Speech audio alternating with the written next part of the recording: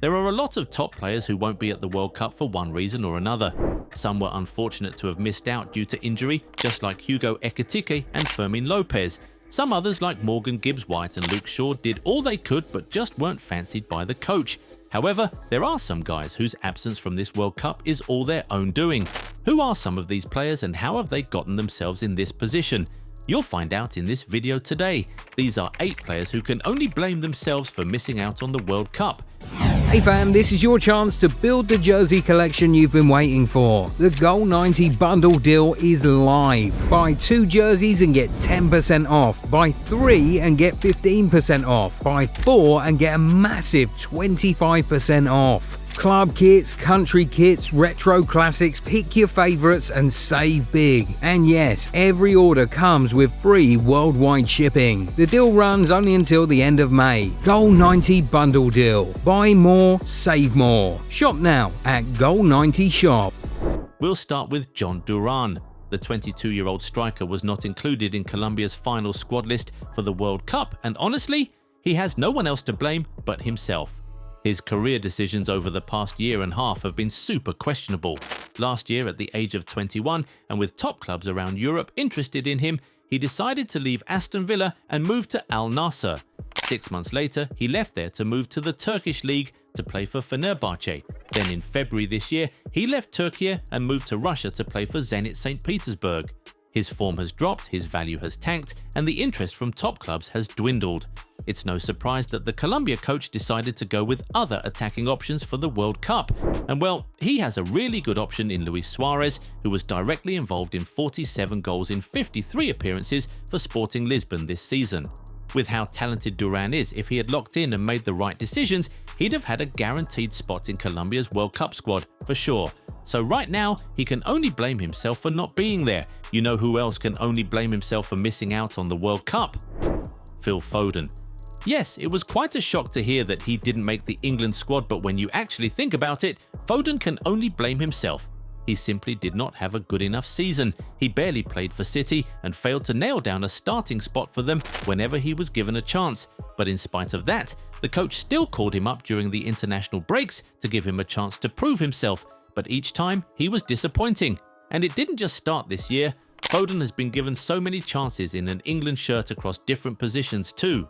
But he has almost always failed to impose himself. There's just no way he expected to continue like that without any consequence, especially with how overloaded England's number 10 position is.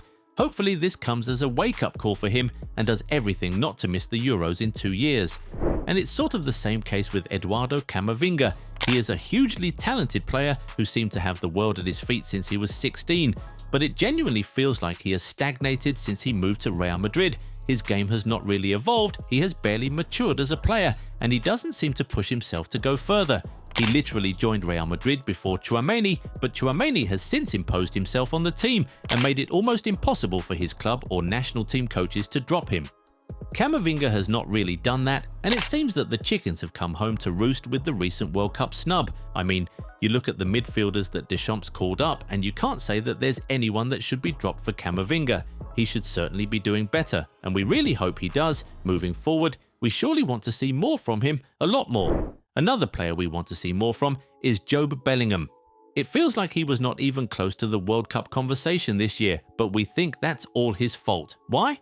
Just imagine for a second that he remained at Sunderland instead of moving to Borussia Dortmund last summer. He would almost certainly have been hugely considered. Jobe was one of Sunderland's best players in the Championship. He was named in the EFL Championship Team of the Season and was given the Young Player of the Tournament award. If he had carried that form into the Premier League and helped Sunderland qualify for Europe for the first time in over half a century, he genuinely would have got a look in from Tuchel. I mean, it was clear that the gaffer wasn't just looking at players from big clubs, he selected players from Forest, Aston Villa, Newcastle and Brentford. So if Jobe Bellingham had performed at Sunderland, he might have had a real chance. Obviously, if he had performed at Dortmund, he also would have gotten serious consideration. But the point here is that that move to Germany was the wrong one, especially when an opportunity to play in the Premier League was staring right at him. Another young player who can only blame himself right now is Junior Krupi. Portugal approached him earlier in the year about the possibility of switching allegiances from France, and that probably meant that they were seriously considering taking him to the World Cup. but he said no, choosing to hold out for France. Well, despite his really good debut Premier League season, he was snubbed by Didier Deschamps. Hopefully his decision to stay loyal to France pays off in the coming years, but as far as missing the 2026 World Cup is concerned, he can only blame himself. Another player who could have been in a World Cup squad just by switching nationalities is Fikayo Tomori. He's still holding on to that Three Lions dream, and it really seems to be his undoing right now. He was born in Canada and could have pledged allegiance to them, and considering how good he is, he would certainly have been called up and would be off to World Cup games in his home country. Stuff of dreams, you know, but he's still hoping to represent England at a major tournament, which at this point feels like something that might never come. Honestly, he just cannot blame anybody but himself. I mean, look at Carney Chukwuemeka. He saw that there was no future for him in England, so he switched to Austria, his country of birth, and now he's going to be at the World Cup this summer. Sometimes you just got to do what you got to do, you know? But Tomori didn't. Next is Mason Mount. When you look closely, it really does feel like Mount's decision to leave Chelsea in 2023 absolutely wrecked him as a football player. Prior to that move, he was a regular in the England squad.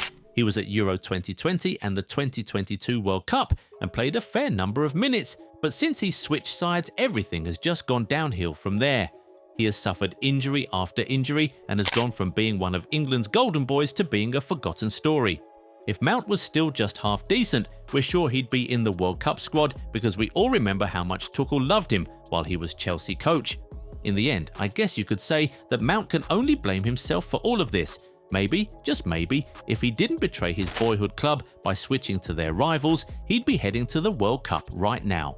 Another Man United guy who belongs on this list is Joshua Zirkzee. It was obvious that he needed to leave Man United to get more playing time, but he still remained. I mean, he was being taken off at halftime, and in the first half of games, what other sign did he need? Anyway, he decided to remain at United. His minutes didn't improve, and at that point, it became so obvious that he would not be going to the World Cup. Surely he can't even be shocked. I mean, look at Noah Lang. He moved to Napoli last summer, but he saw that he wasn't getting enough playing time, so he decided to move to Galatasaray in January. Daniel Malen too wasn't starting enough games at Aston Villa, so he decided to leave and move to Roma in January. Both of them made the Netherlands World Cup squad because they took action. Zirkzee didn't, so he can only blame himself for missing out. Now, those are 8 players who can only blame themselves for missing out on the World Cup. But an honourable mention here is Rooney Bardghji. He wasn't included in Sweden's World Cup squad, and some reports said that he ruined his own chances by himself. Those reports mentioned that he was dropped for disciplinary issues. After Sweden secured qualification for the World Cup, the player visible frustration because he didn't get minutes, and the coaching staff thought that wasn't very good for squad harmony. However, both the player and the coach Graham Potter have since come out to deny the rumours, which is why we haven't included him in the list. But it could also be that they're only now trying to save face, and that's why it's an honourable mention. Anyway, it is now time to hear from you guys.